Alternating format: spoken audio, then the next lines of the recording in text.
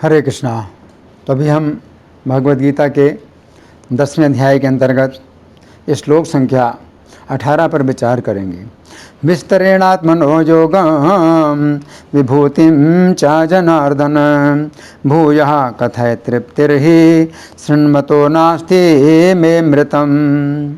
तो यहाँ पर अर्जुन कह रहे हैं, क्या कह रहे हैं? विस्तरेणात्मनो योगम विभूतिम च जनार्दन, कि हे जनार्दन, आप मुझे अपना योग और विभूति का विस्तार पूर्वक वर्णन करिए। भूयः कथाय, पुनः वर्णन करिए। तृप्तिर्हि शृण्वतो नास्ति मे मृतम, क्योंकि आपके मुख से निकलते हुए अमृत को सुनते हुए मेरी तृप्ति नहीं होती है।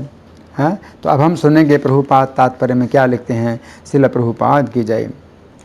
इसी प्रकार का निवेदन नैमिषारण्य के शौनक आदि ऋषियों ने सूत गोस्वामी से किया था। ये निवेदन इस प्रकार है। वयम तु न वितृप्याम उत्तम श्लोक विक्रमे यृण्मताम रसज्ञानाम स्वादु स्वादु पदे पदे। उत्तम स्तुतियों द्वारा प्रशंसित श्री कृष्ण की दिव्य लीलाओं का निरंतर श्रवण करते हुए कभी तृप्ति नहीं होती है, किंतु जिन्होंने श्री कृष्ण से अपना दिव्य संबंध स्थापित कर लिया है वे पद पद पर भगवान की लीलाओं के वर्णन का आनंद लेते रहते हैं। इति श्रीमद्भागवत 1:1-19। अतः अर्जुन श्री कृष्ण के विषय में और विशेष रूप से उनके सर्वव्यापी रूप के बारे में सुनना चाहते हैं। जहाँ तक अमृतम की बात है, श्री कृष्ण संबंधी कोई भी आख्यान अमृत तुल्य है और इस अमृत की अनुभूति व्यवहार से ही की जा सकती है। आधुनिक कहानियाँ, कथाएं तथा इतिहास श्री कृष्ण की दिव्य लीलाओं से इसलिए भिन्न है क्योंकि इन संसारी कहानियों के सुनने से मन भर जाता है, किंतु श्री कृष्ण के विषय में सुनने से कभी थकान नहीं आती। यही कारण है कि सारे विश्व का इतिहास भगवान के अवतारों की लीलाओं के संदर्भों से पटा हुआ है। हमारे पुराण विगत युगों के इतिहास हैं जिनमें भगवान के विविध अवतारों की लीलाओं का वर्णन है। इस प्रकार बारंबार पढ़ने पर भी विषय वस्तु नवीन बनी रहती है। तो यहाँ प्रभुपाद का तात्पर्य समाप्त हुआ। अब हम सुनेंगे श्री भगवान ने कहा में इसकी कैसी व्याख्या हुई है। पिछले श्लोक में अर्जुन ने कहा था कि हे श्री कृष्ण, आप अपनी दिव्य विभूतियों का वर्णन संपूर्णता से कर सकते हैं। उस समय हमने चर्चा की थी कि अर्जुन शिष्टाचारवश श्री कृष्ण को आदेश नहीं देना चाहते हैं कि श्री कृष्ण अपनी विभूतियों का वर्णन संपूर्णता से करें। फिर अर्जुन ने पिछले श्लोक में प्रश्न किया कि हे श्री कृष्ण, मेरे लिए किन किन भावों में आपका चिंतन करना उचित है। उस समय श्री कृष्ण के कुछ ऐसे संकेत मिले कि अर्जुन को अब बल प्राप्त हो गया कि वे श्री कृष्ण से कह रहे हैं कि हे श्री कृष्ण, आप विस्तार पूर्वक अपनी योग शक्तियों तथा विभूतियों का वर्णन कीजिए। यहाँ पर अर्जुन को श्री कृष्ण का कुछ इस प्रकार संकेत प्राप्त हुआ कि हे अर्जुन, यदि तुम्हारी इच्छा सुनने की है तो मैं सुनाने के लिए तैयार हूँ। ऐसी स्थिति में ये अर्जुन के लिए आवश्यक हो गया कि वे अपनी ओर से आग्रह करें कि वे सुनना चाहते हैं। इस श्लोक में अर्जुन के दो अत्यंत महत्वपूर्ण उद्गार हैं जिनकी हम क्रम पूर्वक चर्चा करेंगे। तो पहला उद्गार है, इस श्लोक में अर्जुन के प्रथम उद्गार के शब्द हैं विस्तरेण आत्मनः योगम विभूतिम चा जन अर्दन भूयः कथय। अर्थात हे जनार्दन, आप अपनी योग शक्तियों तथा विभूतियों का विस्तार पूर्वक वर्णन कीजिए। तो यहाँ पर अर्जुन श्री कृष्ण को जनार्दन के नाम से संबोधित कर रहे हैं। जनार्दन शब्द दो शब्दों से मिलकर बना है, जन तथा अर्दन। जन शब्द का अर्थ है भक्त तथा अर्दन शब्द का अर्थ है ऐसा व्यक्ति जिससे कुछ याचना की जाती है। इस प्रकार जनार्दन शब्द का अर्थ हुआ ऐसा व्यक्ति जिससे भक्त लोग अपने कल्याण की याचना करते हैं। तो यहाँ पर अर्जुन कहना चाहते हैं कि हे श्री कृष्ण, आपको जनार्दन इसलिए कहा जाता है क्योंकि आपके भक्त लोग आपसे सदा कल्याण की याचना करते हैं। इस समय मैं भी आपसे उन विभूतियों तथा योग शक्तियों का वर्णन सुनना चाहता हूँ जिनका चिंतन करने से मेरा कल्याण होगा। यदि आप जनार्दन हैं तो मेरी इस कल्याण याचना को सफल कीजिए। तो यहाँ पर अर्जुन कह रहे हैं कि हे श्री कृष्ण, आप अपनी योग शक्तियों तथा विभूतियों का विस्तार पूर्वक वर्णन कीजिए। हमें समझना चाहिए कि श्री कृष्ण की योग शक्ति के ही द्वारा किसी वस्तु या व्यक्ति में कुछ विशेष तेज, विशेष सौंदर्य, विशेष पराक्रम या विशेष प्रभाव उत्पन्न होता है तथा वह वस्तु या व्यक्ति श्री कृष्ण की विभूति कहलाता है। श्री कृष्ण की योग शक्ति को समझने पर ही हम समझ पाते हैं कि कोई भी वस्तु या व्यक्ति श्री कृष्ण की विभूति तभी बन पाता है जिस समय श्री कृष्ण अपनी योग शक्ति से उस वस्तु या व्यक्ति को कुछ विशेष तेज, प्रभाव या सौंदर्य प्रदान करते हैं। अन्यथा लोग उन वस्तुओं तथा व्यक्तियों के विशेष तेज या प्रभाव को देखकर प्रभावित अवश्य होते हैं, परंतु उनमें श्री कृष्ण का कोई भी गुण नहीं मानते हैं। तो यहाँ पर अर्जुन कह रहे हैं कि हे श्री कृष्ण, आप मुझसे अपने विभूतियों का वर्णन इस प्रकार कीजिए कि मैं उन विभूतियों में आपकी योग शक्ति का दर्शन करूं। मैं उन विभूतियों को आपसे स्वतंत्र ना समझूं। श्री कृष्ण की प्रत्येक विभूति में श्री कृष्ण की योग शक्ति इस प्रकार छिपी हुई है कि यदि श्री कृष्ण नहीं बताएंगे तो हम नहीं समझ सकते हैं। ये समझने की बात है कि श्री कृष्ण की ये सभी विभूतियाँ अपने विलक्षण कार्य करती रहती हैं तथा श्री कृष्ण को इस संबंध में कोई भी प्रयास नहीं करना पड़ता है। श्री कृष्ण की योग शक्ति का ऐसा आश्चर्य है कि श्री कृष्ण के बिना कोई प्रयास किए श्री कृष्ण के बिना कोई प्रयास किए यह योग शक्ति अलग अलग विभूतियों के रूप में कार्य करती रहती है। अब दूसरा उद्गार है। इस श्लोक में अर्जुन के दूसरे उद्गार के शब्द हैं तृप्ति ही शृण्वतः न अस्ति में अमृतम, अर्थात हे श्री कृष्ण, आपके अमृत को सुनते हुए मुझे तृप्ति नहीं हो रही है। यहाँ पर अर्जुन जिस अमृत की बात कर रहे हैं वो कुछ दूसरा ही अमृत है। ये बात समझने की है कि श्री कृष्ण कथा का अमृत कुछ अलग ही है। जो अमृत क्षीर समुद्र के मंथन से उत्पन्न हुआ था, उस अमृत को उन देवताओं ने पिया जो मृत्यु से भयभीत थे, परंतु उस अमृत को पीने के बाद भी ब्रह्मा जी के एक दिन में 14 इंद्र बदल गए। जो अमृत क्षीर समुद्र से निकला था वह एक सामान्य रस है जिसके संबंध में लोगों में मिथ्या भ्रम है कि वह लोगों को अमर करने वाला है, परंतु फिर भी उस अमृत में कुछ ऐसा रस है कि उसे पीने के लिए देवता लोग ललचाए रहते हैं। ऐसी क्षुद्र वस्तु की मधुरता जब इतना महत्व पाती है, फिर श्री कृष्ण के बोध वचन तो साक्षात परम अमृत ही हैं। इस अमृत को प्राप्त करने के लिए ना तो मंदर पर्वत को मथानी बनाने की आवश्यकता है तथा न ही क्षीर समुद्र का मंथन करने की ही आवश्यकता है। ये अमृत तो अनादि और स्वयं सिद्ध है। इस अमृत के सामने संपूर्ण संसार निस्सार प्रतीत होता है और सुनने वाले को ऐसी दृढ़ नित्यता प्राप्त होती है जिसका कभी नाश नहीं होता है। इस अमृत से जन्म मृत्यु की समस्या समूल नष्ट होती है और भीतर बाहर सभी जगह महासुख की वृद्धि होती है। अब यदि सौभाग्य से ऐसा परम अमृत जीव को मिल जाए तो ये अमृत तुरंत ही जीव को कष्टों से मुक्त कर देता है। अब यहाँ पर प्रश्न उठता है कि चूँकि श्री कृष्ण अर्जुन को इस श्लोक संख्या 4, 5 तथा 6 में अपने योग शक्तियों तथा विभूतियों का वर्णन कर चुके हैं, तो अर्जुन पुनः उन विभूतियों का वर्णन क्यों सुनना चाहते हैं? इस प्रश्न का उत्तर ये है, यदि अमृत को प्राप्त करने का अवसर पुनः पुनः प्राप्त हो तो व्यक्ति अवसर को नहीं छोड़ना चाहता है। अर्जुन को भी श्री कृष्ण की महिमा के अमृत को सुनने का कुछ ऐसा रस प्राप्त हुआ है कि वे बार बार सुनना चाहते हैं। इस श्लोक के तात्पर्य में श्रील प्रभुपाद लिखते हैं, जहाँ तक अमृत की बात है, श्री कृष्ण संबंधी कोई भी आख्यान अमृत तुल्य है और इस अमृत की अनुभूति व्यवहार से की जा सकती है।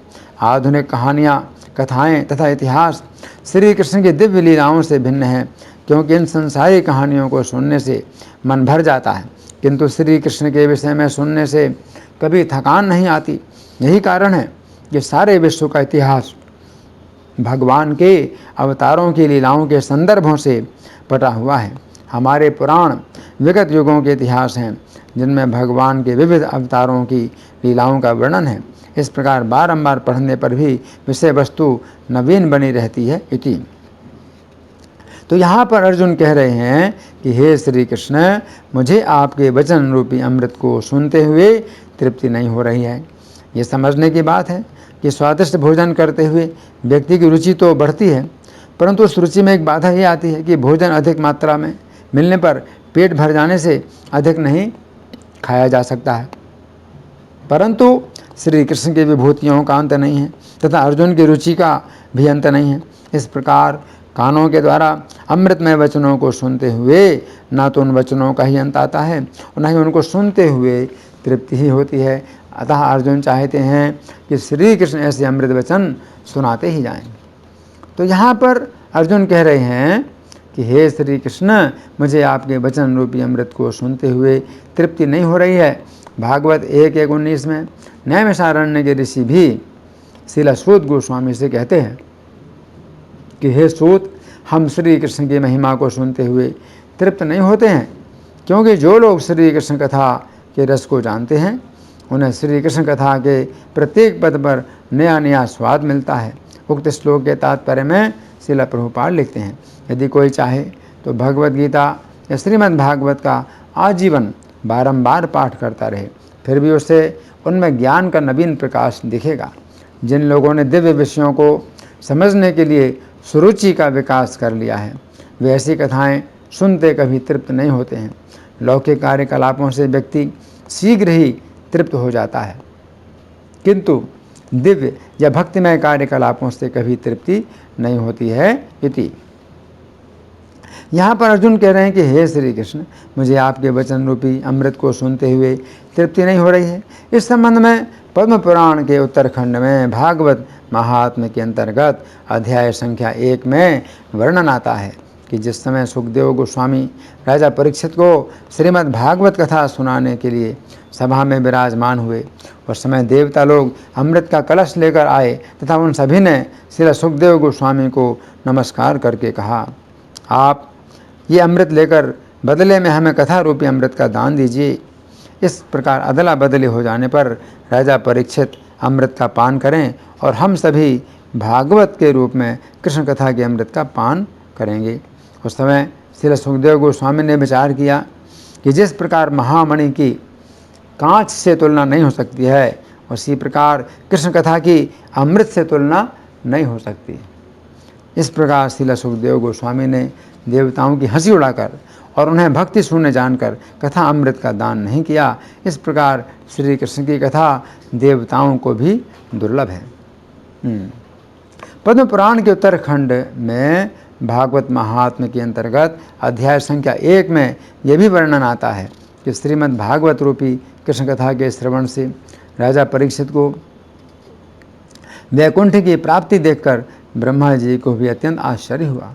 उन्होंने सत्यलोक में तराजू बांधकर सभी साधनों को तौला, अन्य सभी साधन तौल में हल्के पड़ गए तथा अपने महत्व के कारण भागवत के रूप में कृष्ण कथा ही भारी रही।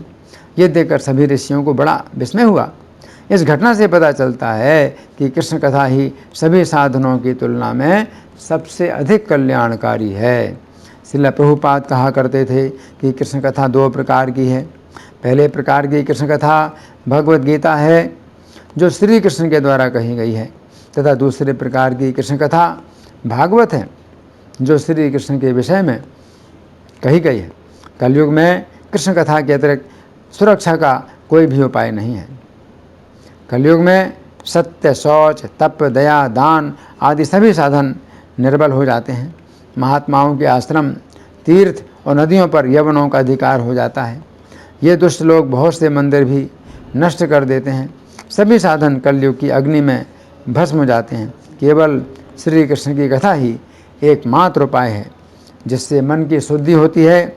इसलिए यहाँ पर अर्जुन श्री कृष्ण से कह रहे हैं कि हे श्री कृष्ण, मैं आपके वचन रूपी अमृत को सुनते हुए तृप्त नहीं हो रहा हूँ।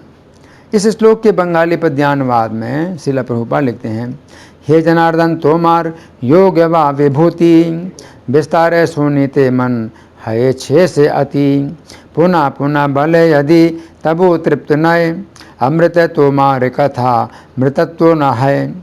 तो यहाँ पर अर्जुन श्री कृष्ण से कह रहे हैं, अमृत तोमार कथा मृतत्व न है, अर्थात हे श्री कृष्ण, आपके मुख से निकले हुए वचनों में अमृत है जिसके द्वारा मृत्यु का सर्वथा अभाव हो जाता है।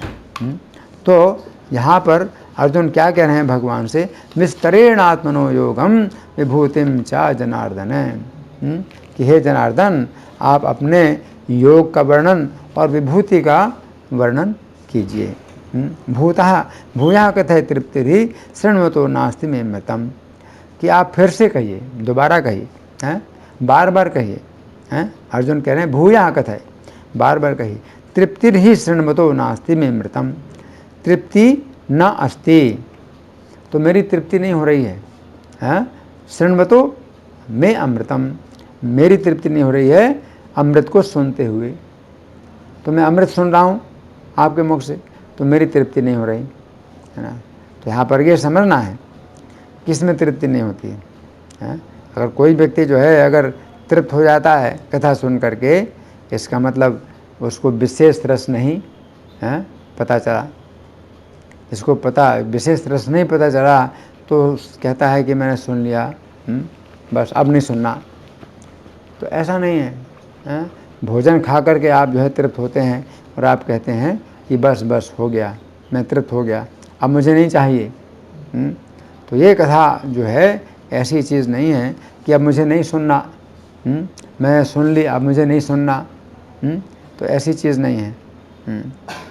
व्यक्ति जो है अगर तृप्त होता है तो कथा में तृप्ति का भी अनुभव करता है, उसको तृप्ति का अनुभव होता है। किस तरह की तृप्ति, कि भौतिक चीज़ों से उसकी जो है फिर अरुचि हो जाती है, तो वो कहता है कि मुझे नहीं चाहिए। तृप्ति अगर कृष्ण कथा सुनने में अगर हमारी तृप्ति होती है, तो तृप्ति किस प्रकार की होती है कि मुझे और चीज़ों की अब जो है आवश्यकता नहीं है, मेरी और कोई इच्छा नहीं है, इस प्रकार से तृप्ति का अनुभव होता है। लेकिन तृप्ति का ये मतलब नहीं कि मैं तृप्त हो गया अब मुझे कृष्ण कथा नहीं सुनना, तो ये जो है बात नहीं है। कृष्ण कथा में ये बात नहीं है। कृष्ण कथा सुनने में तृप्ति नहीं होती, कृष्ण कथा सुन करके तृप्ति होती है। तो ये बात हमें अच्छी तरह समझना है कि अगर कोई व्यक्ति कहता है मैं कृष्ण कथा सुनने से मुझे बहुत तृप्ति होती है, तो ये भी सही है, बहुत तृप्ति होती है। तो किस प्रकार की तृप्ति होती है कि भौतिक संसार की और किसी चीज़ को नहीं चाहिए, अब किसी और चीज़ को नहीं चाहिए, इसलिए तृप्ति होती है। लेकिन अगर कोई कहे अब मुझे कृष्ण कथा ही नहीं सुनना है, मुझे तृप्ति हो गई, तो वो गलत है। इसका मतलब है कि उसको रस नहीं प्राप्त हुआ, कृष्ण कथा का रस नहीं प्राप्त हुआ। तो यहाँ पर अर्जुन जो कह रहे हैं भूया कथय तृप्तिर्हि शृण्वतो नास्ति मे मृतम, तो मेरा जो है इस अमृत को सुनने में तृप्ति नहीं हो रही है। तो कृष्ण कथा अमृत है और जो विषय कथा वो मृत है। विषय कथा मृत है। जैसे कि समाचार पत्र, तो समाचार पत्र आप पढ़ते हैं, तो आज का समाचार पत्र पढ़ करके रद्दी में डाल दिया जाता है। क्यों? क्या है? मृत। आपने पढ़ दिया, अब ये क्या हो गया? मृत, ख़त्म। अब उस समाचार पत्र को कोई देखना नहीं चाहता। अगर पिछले दिन का समाचार पत्र आप किसी को देते हैं तो वो नाराज़ होता है कि ये एक दिन पहले का समाचार पत्र मुझे क्यों दिया, आज का समाचार पत्र चाहिए मुझे, है ना। तो समाचार पत्र की सब बातें जो है क्या हो जाती हैं? मृत हो जाती हैं और जो है वो कचड़े में जाती हैं। लेकिन जो भगवद गीता में भगवान के जो उपदेश हैं और श्रीमद् भागवत में जो भगवान के अवतारों की कथाएं हैं, ये बार बार पढ़ें तो इनमें नया नया रस मिलता है।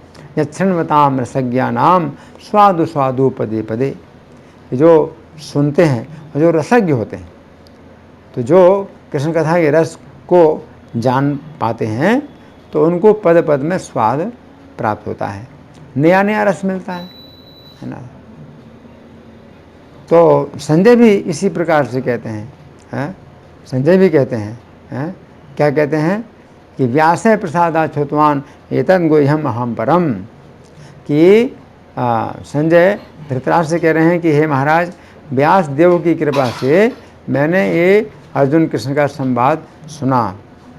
एतद् गुह्यम् अहं परम योगम योगेश्वरात् कृष्णात् साक्षात् कथयतः स्वयं, कि जो योगेश्वर श्री कृष्ण हैं तो वे स्वयं जो है अर्जुन को सुना रहे हैं। राजन संस्मृत्य संस्मृत्य संवादम अद्भुतम, तो हे राजन, इस अद्भुत संवाद को स्मरण कर करके विस्मयों में महान राजन हृष्यामि च मुहुर्मुहुर्, मुझे विस्मय हो रहा है, बहुत विस्मय हो रहा है और बार बार मैं हर्षित होता हूँ। तो क्यों, एक बार सुन लिया तो उसको सुन करके, एक बार सुन करके बार बार क्या हर्षित हो रहा हूँ, बार बार हर्षित हो रहा हूँ, क्योंकि अमृत है, ये अमृत है ना। तो एक बार नहीं हर्षित हो रहा हूँ, बार बार हर्षित हो रहा हूँ। और विस्मय भी कैसे हो रहा है, थोड़ा विस्मय नहीं, महान विस्मय हो रहा है। विस्मयों में महाराजन हृष्यामि च मुहुर्मुहुर्, कि मैं बार बार हर्षित हो रहा हूँ। तो कृष्ण कथा, तो अर्जुन चूँकि भगवान से प्रार्थना कर रहे हैं कि मुझे आप सुनाइए, तो यही असली जो है जीवन का आनंद है। धन्यवाद। हरे कृष्णा।